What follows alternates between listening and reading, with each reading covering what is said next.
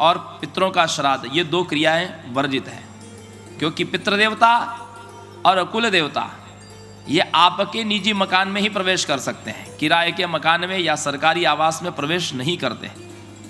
ऐसी स्थिति में आप किसी नदी के तट पर चले जाएं, पीपल के वृक्ष के नीचे, अथवा सार्वजनिक कोई शिवालय हो, सार्वजनिक मंदिर हो, भगवान शिव का शिवालय हो या देवी का मंदिर हो, उस मंदिर के आसपास की जो भूमि होती है, पीपल का वृक्ष होना या वट का वृक्ष हो, उस स्थान पर श्राद्ध कर सकते हैं। किसी रिश्तेदार के यहां पर गोत्री के यहां पर, दूसरे गोत्र वाले के यहां पर आप श्राद्ध या कुलदेवी की पूजा नहीं कर सकते। इसीलिए मां दुर्गा सबकी उपास्या है। एनानां भजते योगी तांद्रिगनस्तैव कुत्रचित् सर्वोपास्या सर्वमाता शैवे शक्तिर्महाद्भुतः सर्वबुद्ध्याधिदेवी अंतर्याम स्वरूपिणी दुर्ग संकटहन्त्रीति दुर्गेति प्रथिता भुवि। ये हमारी बुद्धि की अधिष्ठात्री देवी है, बुद्धि की अधिष्ठात्री देवी है दुर्गा, क्योंकि इनका प्रादुर्भाव भगवान श्री कृष्ण की बुद्धि से हुआ है। तो समस्त जीव सब कृष्ण का ही तो अंश है, श्री कृष्ण अंशी हैं और हम सब अंश हैं। तो हम सब की बुद्धि की अधिष्ठात्री देवी मां दुर्गा है और प्राणियों के दुर्गम संकट को हरण करने वाली हैं, इसीलिए हम इनको मां दुर्गा कहते हैं। दुर्ग संकट हंत्रेति दुर्गेति प्रथिता भुवि।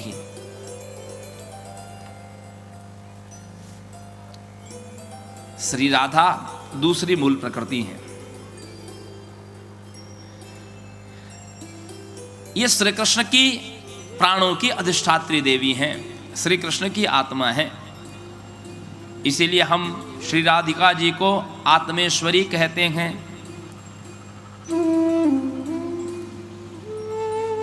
रास मंडल की अधिष्ठात्री देवी होने से इनको रासेश्वरी भी कहा जाता है।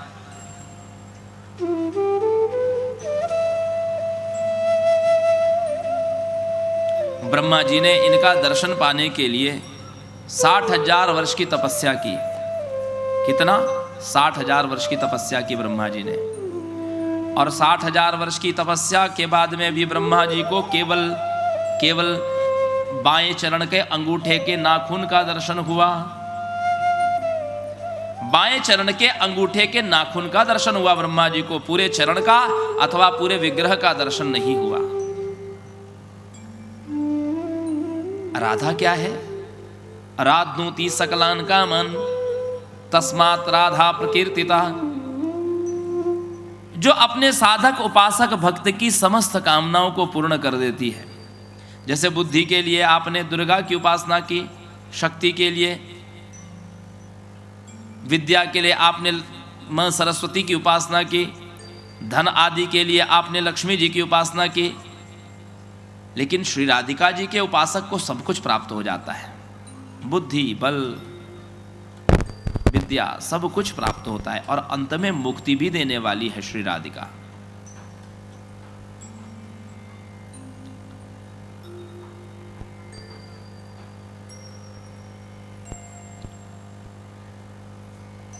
ब्रह्मा जी को इनके केवल पैर के अंगूठे का दर्शन हुआ, पद नक्षचंद्रिका का।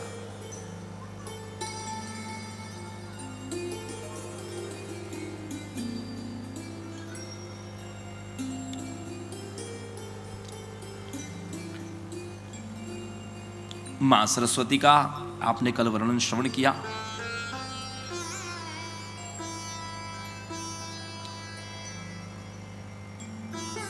तो सज्जनों माताओं, ये 5 जो मूल प्रकृति है, इनकी अंशभूता जो देवियां हैं, जिसमें पहली पृथ्वी है, पहली है काली। देखिए, महाकाली और काली दोनों में अंतर है। काली अंश है,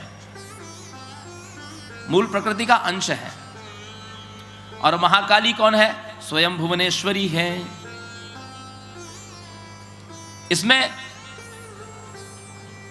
प्रत्यय क्या लगा है? महाशब्द लगा है, काली के साथ में महाप्रत्यय लगा है। तो इसी से समझ में आना चाहिए, एक अंश है और एक अंशी है। ये काली इतनी शक्तिशाली है, यद्यपि ये अंशभूता देवी है, मूल प्रकृति का अंश है, मां दुर्गा का अंश है, लेकिन कहते हैं कि ये ब्रह्मांड को, एक हुंकार से पूरे ब्रह्मांड को जला सकती है। केवल एक बार हुम शब्द का उच्चारण करे तो मां की आंखों के सामने ब्रह्मांड धू धू करके जल जाएगा। लेकिन फिर भी ये असुरों के साथ केवल क्रीड़ा करने के लिए खेलती हैं, युद्ध केवल क्रीड़ा करने के लिए। शक्ति क्रीड़ा जगत सर्वम, एक हुंकार मात्र से पूरे ब्रह्मांड को जला सकती है।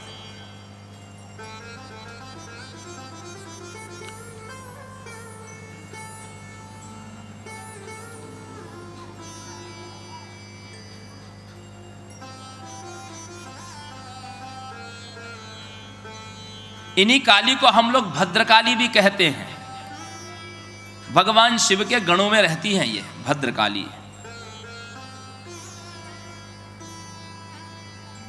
इन्हीं की सेना में चतुष्षष्ठी योगिनियां होती हैं।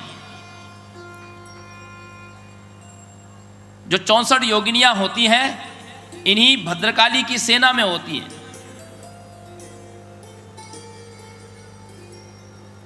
गजानना आदि इनके नाम है।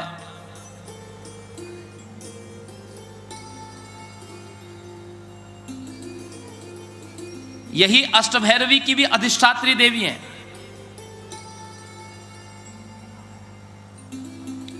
दूसरी मूल प्रकृति का अंशभूता है पृथ्वी देवी, जिसका आपने कल वर्णन श्रवण किया। आधारभूता जगतस्वमेका मही स्वरूपेण इतास्थितासी अपाम स्वरूपास्या तो ये तत्दाप्यायते कृष्णमलंग वीर्ये। समस्त प्राणियों की आधारभूता है पृथ्वी देवी।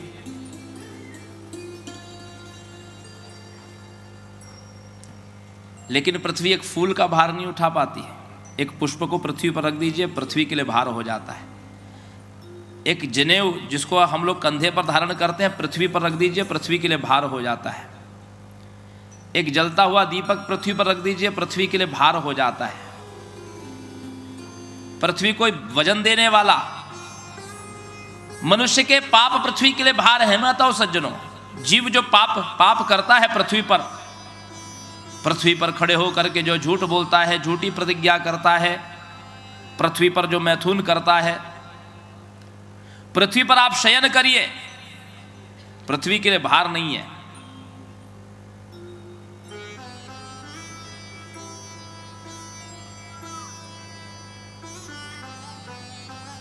कोई ब्राह्मण यदि पृथ्वी पर बिना आसन लिए बैठ जाए, पृथ्वी के लिए भार है। और कोई माता यदि पृथ्वी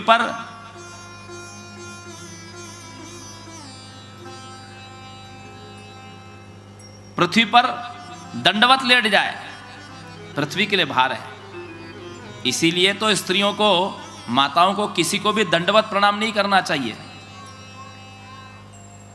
बहुत सी माताओं को हमने देखा, कहीं वो दंडवत परिक्रमा कर रही हैं, किसी मंदिर की या किसी महापुरुष को दंडवत प्रणाम कर रही है, अपने गुरुजी बाबा जी को ही प्रणाम कर रही हैं। तो ये अशास्त्रीय है, अशास्त्रीय है। क्योंकि माताओं का स्तन पृथ्वी से स्पर्श नहीं करना चाहिए, पृथ्वी के लिए वो भार है। पृथ्वी उसका भार वहन नहीं कर सकती। माताएं तो केवल घुटने मोड़ करके और हाथ जोड़ के दूर से ही प्रणाम करे, उनका प्रणाम स्वीकार होता है।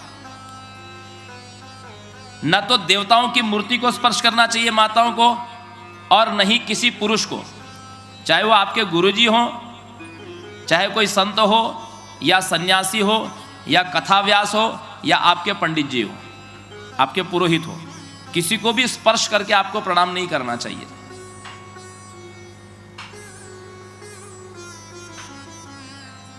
इसका विज्ञान है सज्जनों माताओं, ऐसे नहीं।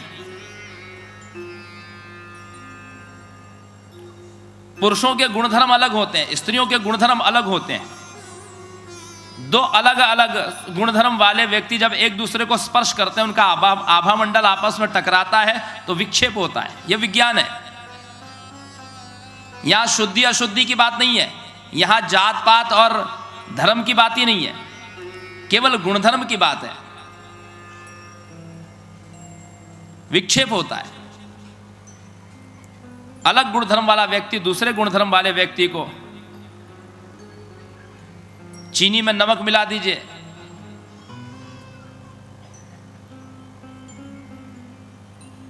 चाय में नमक मिला दीजिए, चाय स्वादिष्ट होगी?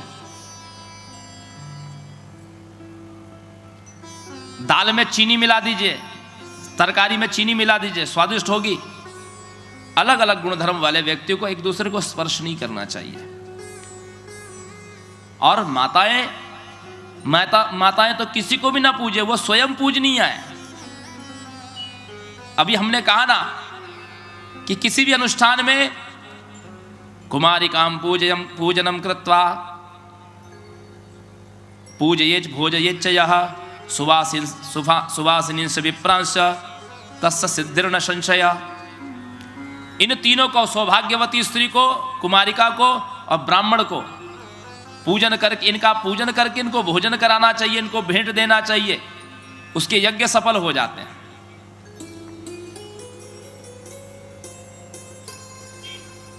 क्योंकि इनको मूल प्रकृति का कलांश भी माना गया है। मूल प्रकृति की जो कला है उस कला का अंश भी स्त्रियों को माना गया है। इसलिए कहते हैं यत्र नार्यास्तु पूज्यन्ते रमन्ते तत्र देवता। देवता वहां खींचे चले आते हैं जहां पर स्त्री की पूजा होती है। कैसी पूजा?